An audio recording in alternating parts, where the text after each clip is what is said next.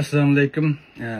Amerika'daki ve dünyanın her qaysi joylaridagi Uyg'ur qarindoshlar ve Sharq Turkistonlik vatandaşlarım hammanglarning kelayotgan 2025-yillik Ramazon oyinlari muborak bo'lsin. Men Nurmehmet Musabay tuvandagi 4 nuqtani sizlar bilan o'rtoqlashish uchun bugun ekranga chiqib qoldim. Birinchisi, hammang balkim Amerikada Uyg'urlarning ba'zilarining xabari yo'q. Amerikada bir Uyg'ur madaniyat markazi qurish uchun bir safarbarlik harakati bo'lgan 2017-yilda boshlab, ya'ni bu markaz qurish plani hozir davom qilyotdi. Bu proyektni hozir yurgizyapmiz, buni bilib qolgaysizlar. Ya'ni bu proyekt cho'ngimiz boshlatgan, buni oldi 2007-yilda boshlangan, keyin 2017-yilda qayta yana safarbarlik bilan boshlangan. Şunga hozir davom qilyotdi. Buni hozircha yana davom qilyapmiz, to'xtab qolgan yo'q. Jamoatning bo'lib qilishini to'g'ri ko'rdik, shunga bildirib beray dedim. Ikkinchisi, Amerikadagi bir ko'p millatlik davlatda yashayotimiz, madaniyatimiz, kimligimiz, tilimiz har doim xirs ostida yo'qolib ketish ehtimolimiz intayin yuqori bir nisbatda. Chunki biz nopusimiz bek oz, Amerikaning madaniyati hem sani hem bek ko'p, biz Amerikaning har qaysi shtatlari chechilib ketgan. Shunga yo'qolib ketish ehtimolimiz bek yaqin. Endi o'zimizni saqlab qolish uchun qanday qilishimiz kerak degan vaqtida bu yer davomli mavjud qilib turishimiz uchun hammanglar bilgandek tilimizni, madaniyatimizni, urf-odatimizni saqlab qolishimiz kerak, uni rivojlantirishimiz, taraqqiy qilishimiz kerak. Buning uchun bolalarimizga bir sistemlik mükemmel bir Uyg'ur tilini o'rgatadigan bir o'rin bo'lish kerak yoki maktab bo'lish kerak. Faoliyatlarimizni kundalik milliy urf-odatlarni namoyon qilib turgan, kundalik yig'iladigan bir muhim o'rnimiz bo'lish kerak, muhim. Shu sababdan bu Uyg'ur madaniyat markazining qurilishi intayin muhim. Ya'ni Uyg'ur madaniyat markazining tarkibida 3 narsa bor. Ya'ni birinchi maktab bor. Ikkinchi Uyg'urlarning har turli faoliyat o'tkazgan jamoat o'rni va faoliyat uyi bor. Ya'ni Uyg'urlar yig'ilib o'zining faoliyatlarni erkin azad qiladigan, o'zaro muңchidigan bir faoliyat uyi bo'ldi. Uchinchisi, biz musulmon xalq, bizning shunga har doim namoz o'qiymiz, shunga masjidimiz bor. Bu yerda bir masjid bor. Agar ishni olsak, bu yerda kutubxona bo'ldi, orqa o'rnimizga cho'ngishda qarab bo'ldi. Uchinchi bildirgimi, endi o'zinglar bilyapsizlar, Uyg'ur madaniyat markazini biz quramiz deb shu chaqiriq chiqargandan keyin 2017-yilda bilan bir qism buning muhimligini, buning ahamiyatining zo'rligi bilgan qarindoshlarning yordam qilsan, hozir qadar 200 ming atrofida dollar yig'ildi. Bu dollar hozircha bor. Endi bugungi uy mulk bahosining ahvoli qaraganda bizga jiddiy ehtiyoji bo'lgan, ya'ni 5000 square foot atrofidagi bir yerni 1 million atrofida sotib olib bo'ldi ekan. Ya buning uchun bankdan qarz olish uchun ularning qoidalari, shartlari bo'yicha 30-35% pul bo'lsa, bankdan shu qarzni olib 1 millionlik ya'ni sotib olib bo'ldi ekan. Bu demak bizda hozir 200 ming bor.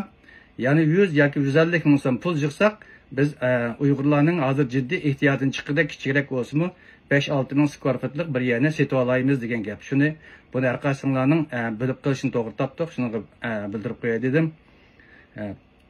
To'rtinchisi, endi hamma deyishing mumkin ba'zilar, bu nima uchun bu Nurmat bu ishni nemanchilar eslab oldiganda, kirishib oldiganda, bu zerikmay bu kirib ola deb tashlasa bo'lmaganda degan bo'lsanlar mumkin.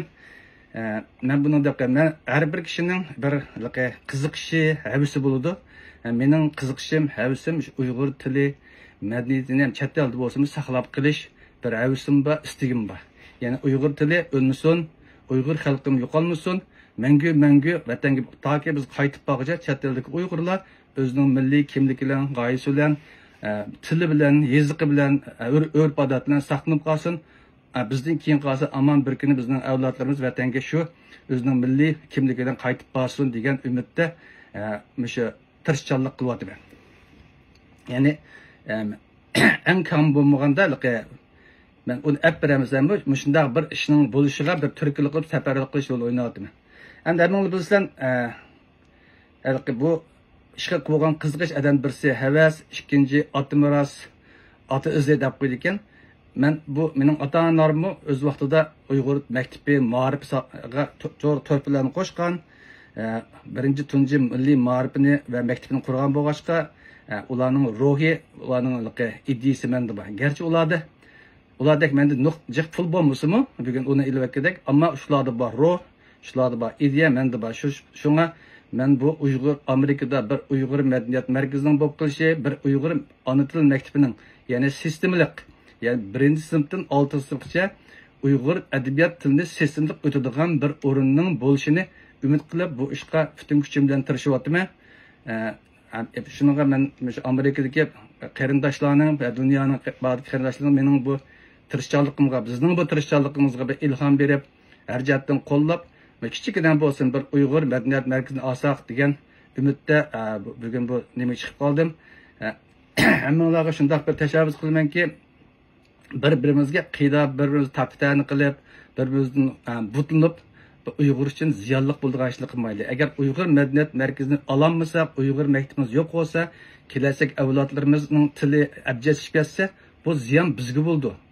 Shuningga biz o'zimiz bugungi o'zimizning ko'z qarashlarimizni birga qarab qilib kelajak avlodlarimizning baxti, kelajaki milliy kimligini saqlab qolish uchun bu Uyg'ur uyini, Uyg'ur madaniyat markazini, Uyg'ur maktabini qurib chiqish uchun bir safarbarlik qilsak, bir kuchsak Kelinglar qiyin do'stlar, bir g'ayrat qilaylik, bir kuchaylik, bir martlik qilib yanchiqimizni bir ko'laylik, hammamiz birlikda bu o'yini bir olaylik. Musha yaqin ishida evitaylik. Endi yaqinda Trumpning buyrug'i bo'yicha, prezident Trumpning bo'yicha hamma kishilar ham yana ishxon qaytib ketish ehtimoli bor.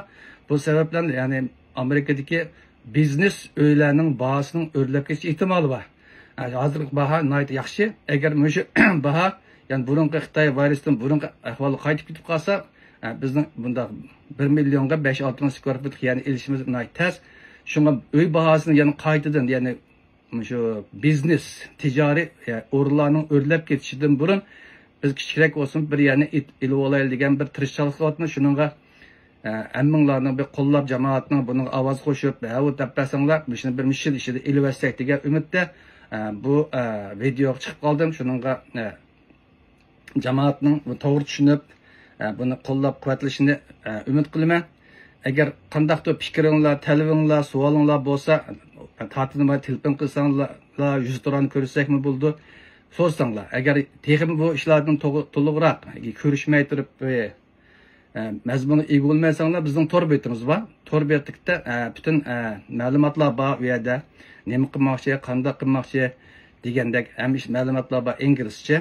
Shuni kirib u yerda bir tekshirish qilib qo'yinglar. Tor betimizning adresi uyg'urculturalcenter.org. Bu yerda bu tor betimiz yana 2 video bor. Birisi inglizcha, birisi uyg'urcha. Xohlagan birini ko'rib, bu bizning qilayotgan ishimizning qachon boshlanib, qayerda to'xtaganligi, nima bo'lganligi to'g'riliq bir tafsilotlari bor. Ko'rib, shuning qarab o'zingizning fikringlar, taklifinglar, boshqa bir ideyalaringlar bo'lsa, bizga xabar qilsanglar, bizlar aloqalashsanglar, aloqalashsanglar bu ishni bir tezroq shaklda bir bittasak degan umidda sizlarga murojaat qilyapman. Hammanglarning bu videomni anglag'iningizga ko'ngil rahmat. Hammanglarning Ramazon oyingiz muborak bo'lsin. İnşallah Ramazan teşman öküzüp, yani bir Ramazan aldığımız ki vakti roz eyitde birlikte namaz okuğunu nasip etsin. Rahmet.